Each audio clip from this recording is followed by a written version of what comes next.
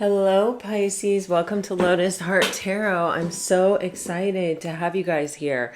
I had no intention of doing a reading this early in the morning. I'm not sure that I've ever done a reading this early in the morning, but Pisces, wow, I was meditating, and since I've been doing readings for you every day and sometimes twice a day when I also record on my All Signs channel, I feel what I call Piscean energy when I'm meditating now sometimes. So I felt something in your energy, came to my office, picked some cards, and I still wasn't going to do the reading. But then it's like I started looking at the cards and thinking about the possible messages. And I was like, all right, I'm getting on right now. So Pisces, please bear with me. It's pretty early. I don't usually do readings at this time, but that is why we're here. I felt it was important. Okay. Oh my gosh.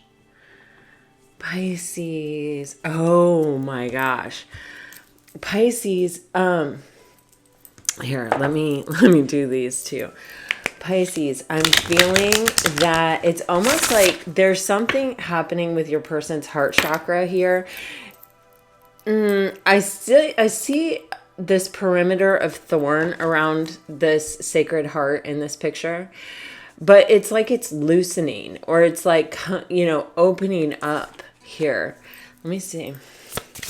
And it's almost as if the person needs encouragement to open up, or is being encouraged by spirit to open up. Let's see.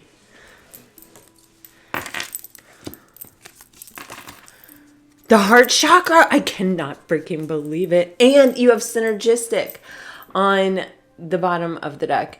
This says, this is your energetic match. Two birds sing sweeter than one. I knew there was some kind of something going on in the energy. You guys are getting lessons of Uranus and lessons of Neptune. You could be dealing with another Pisces, or possibly an Aquarius, or possibly someone with placements in those signs, or even a strong placement of Uranus and Neptune.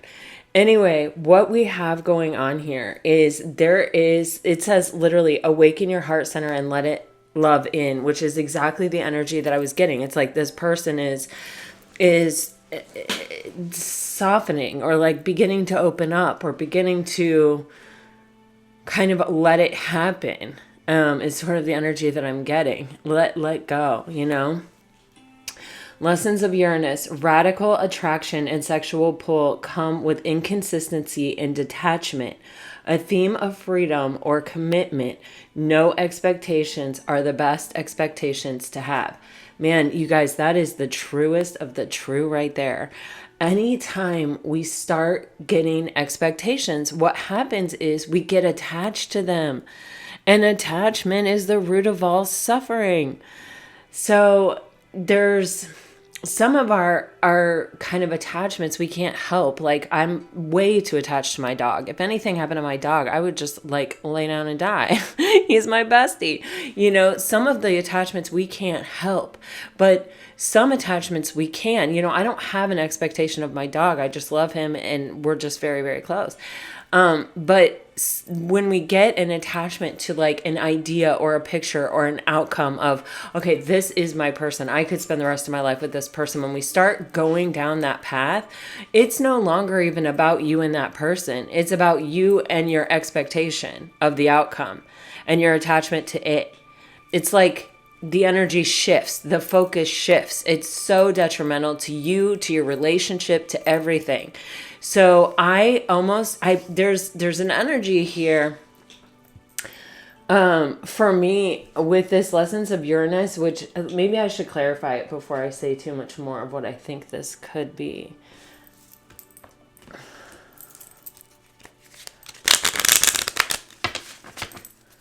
Lessons of Uranus.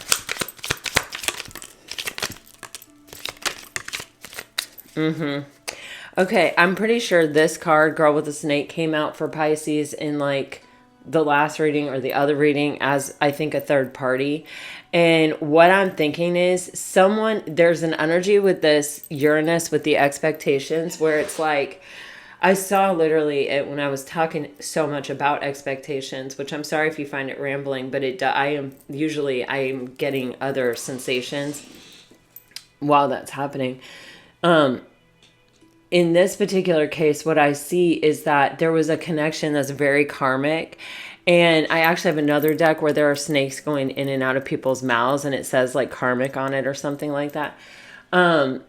And I see that. So I'm getting that strongly, where it's a connection where there was like a very big physical pull, but it says, with inconsistency and detachment.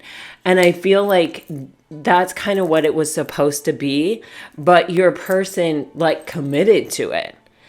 And it may have been just supposed to be kind of a lesson, and this person just got really attached to that karmic lesson and isn't breaking the cycle. It's something from the past. It's something that comes from a different day and age in this person's life also. It's like this person was, I don't know. I feel like they were sort of, I get the energy of a Knight of Wands, a bit of a player possibly, or just someone who was very non-committal or wasn't really looking for anything serious. No judgment. But it's like the person that they happened to link up with, that was supposed to be a lesson. It's like, it was the first person possibly that they thought they felt love for, but they may not have even really known what love was. And then it became like, it's almost like that person sold your person a vision of what it could be. And your person liked it and bought it. You know what I mean? And they were not ever, that wasn't the plan ever. You know what I mean? That's like kind of what it feels like here. And this person is almost being pulled out of that by a very strong attachment to you, I feel. It's just possible. So anyway, we have lessons of Neptune. Denial, illusion, and deception of self or by another self. Love, boundaries, and detachment are important. Yeah, I feel like Neptune is your ruling planet, Pisces, and it's almost like this is something that you're sort of the catalyst for in this person's life, or you're illuminating for them right now, is that they've kind of been in denial about what this connection that they've been in is or was supposed to ever be, or really the potential of it, and whether or not it was even what they wanted, or if they just bought someone else's vision and went along with it because they had nothing better to do, or because it was the closest thing that ever felt like love to them. You know what I'm saying? And it's like they're awakening, they're seeing it. And as they're seeing it, and as their actual heart chakra is really being awakened here or opened up by you, Pisces, they're starting to understand that they have to love themselves enough to live their own life and their own vision of their own life. And that they have to have boundaries with people who probably don't treat them correctly, and are probably toxic, girl with a snake. And that maybe it's important at this point to detach from this thing rather than get any further in, so that we can accept what is actually meant for us. You see, he has all these swords in his hands. That's truth. That's the truth. Wow. All right. Pisces, I feel that you are just radiating.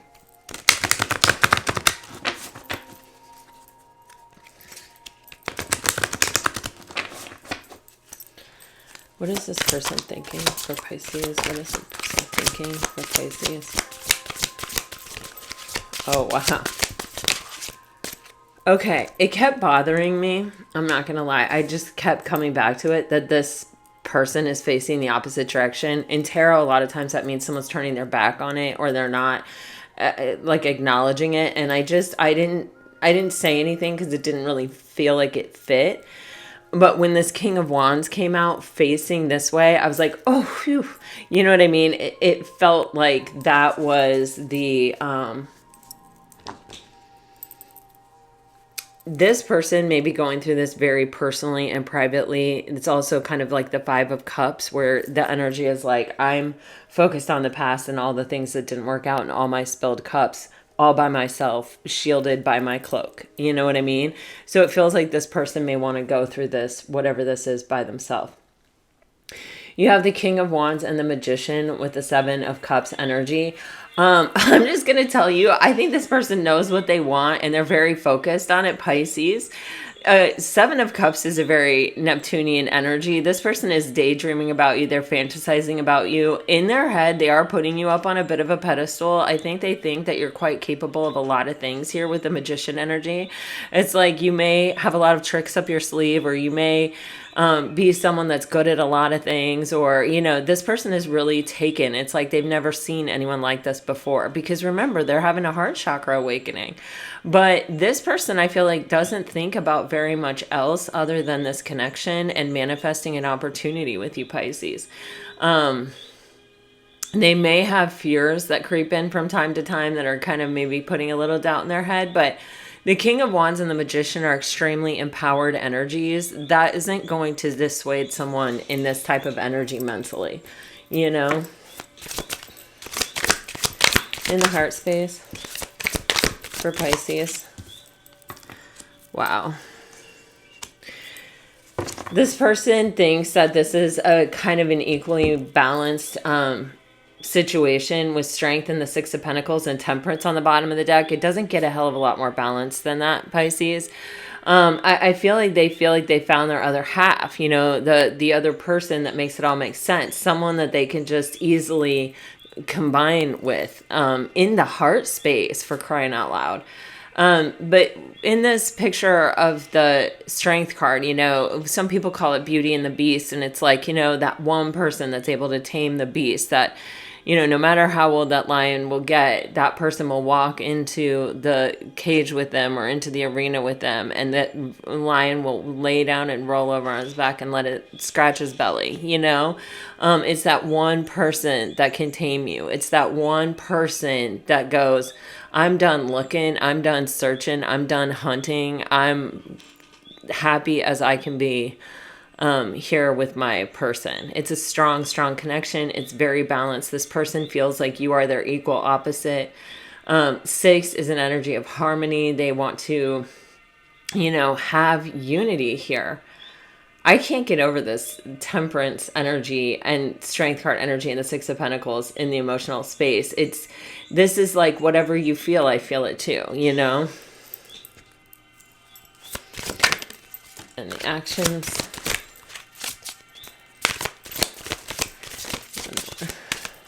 Okay. What is this? Spirit. My God, look at this. Lord have mercy.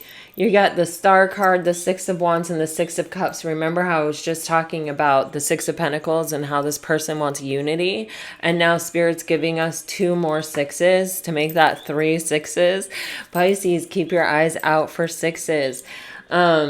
This energy is very much like wish fulfillment. This is what your person's actions are.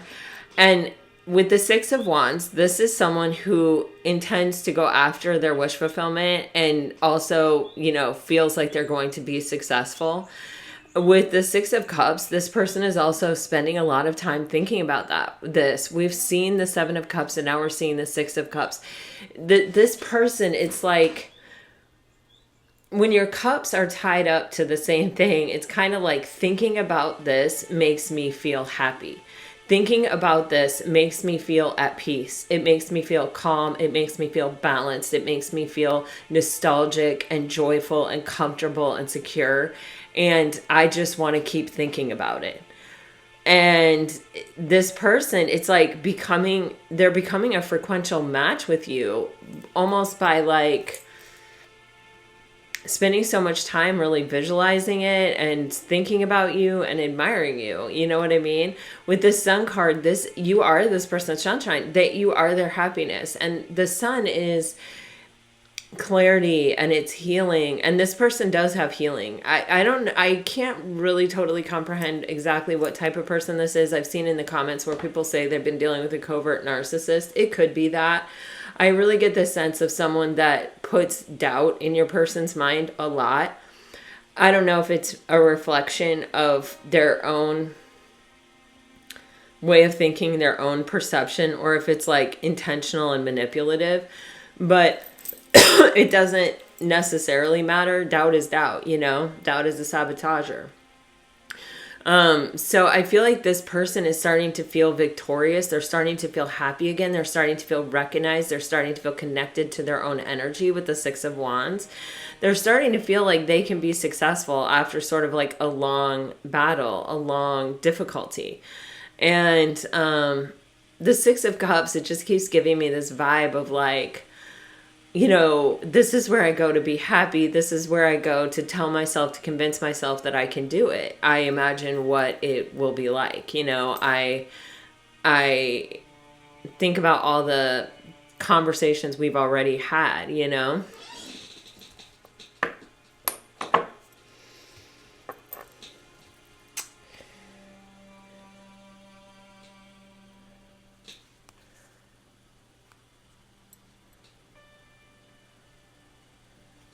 I'm just sorry, guys. I start thinking like, what do I want to do right here? Actually, you know, I'm going to grab my Moonology deck and I'm going to try to get some time frame for you, Pisces. This is a general reading, so, you know, you have to know that, like, it's a time frame and it may not be for everyone, and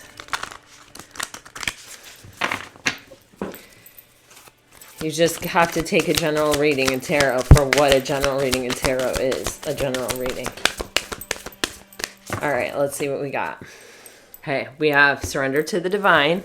That's the full moon. And we have a full moon coming up in Gemini. For me, it's on November 27th. We have the full moon in Leo. Don't let pride get in your way. And the energy is gaining momentum. The waxing moon. So, guys, and wow, look at that. The full moon in Leo is like at the end of January. It's an Aquarius season. So the end of January, the beginning of February. So, you know, this, you're only getting one time frame. So it's around that time, possibly.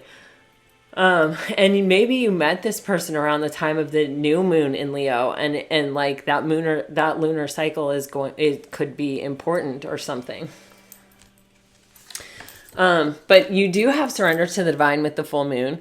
And I just feel like taking this opportunity to remind everyone that with the full moon, we can surrender, we can let go. This is our moment to just sort of clean out our closets. The moon is shining on all our cobwebs and is helping us to release things that are stuck. And we have to clear space constantly, energetically, in order to let new things come in. So you may be getting this as, you know, turn this entire situation over to the divine with the full moon and just trust that the divine has it. Don't worry about it anymore. Don't feel anxious about it anymore. Just let what is meant to happen, happen. All right. Let me get you some messages, Pisces.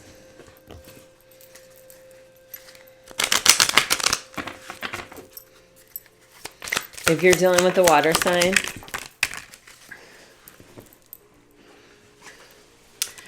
I know that you know I'm hiding deep feelings for you, and now I feel stuck. My entire being and body is attracted to you. There's a strange and deep connection between us, and I want more with you one day. If you're dealing with a fire sign, Pisces, you're getting, you leave me breathless and without words. I want to create with you. The taste of your presence is something I'll never be able to forget. I can't face you right now. The intensity between us scares me. If you are dealing with an earth sign, you feel like the sweetest home I've never known. I desire you deeply and eternally. Can we just kiss all night? You will be in my heart until death and beyond, and I still have so much to accomplish before I can be what you deserve. And If you're dealing with an air sign, you're getting You Are My Rose. Where do we go from here? And can you handle all my scars? Pisces, what an interesting reading. I really am feeling something like kind of breaking free, or like we're releasing, we're surrendering, we're letting go. We're like making that space now for something new that's coming in, possibly during Aquarius season with the Leo full moon. All right. So with all that being said, thank you for bearing with me during this early hour reading where my brain's not quite awake. I haven't even had a full cup of coffee. I've just had to get on here and share this message with you. Until next time, Pisces, I send you off with all my very best. If this reading resonates, please like, share, subscribe, and comment. I really appreciate your support. Thank you, thank you, thank you. Until next time, all my best, always, always. Namaste, Pisces.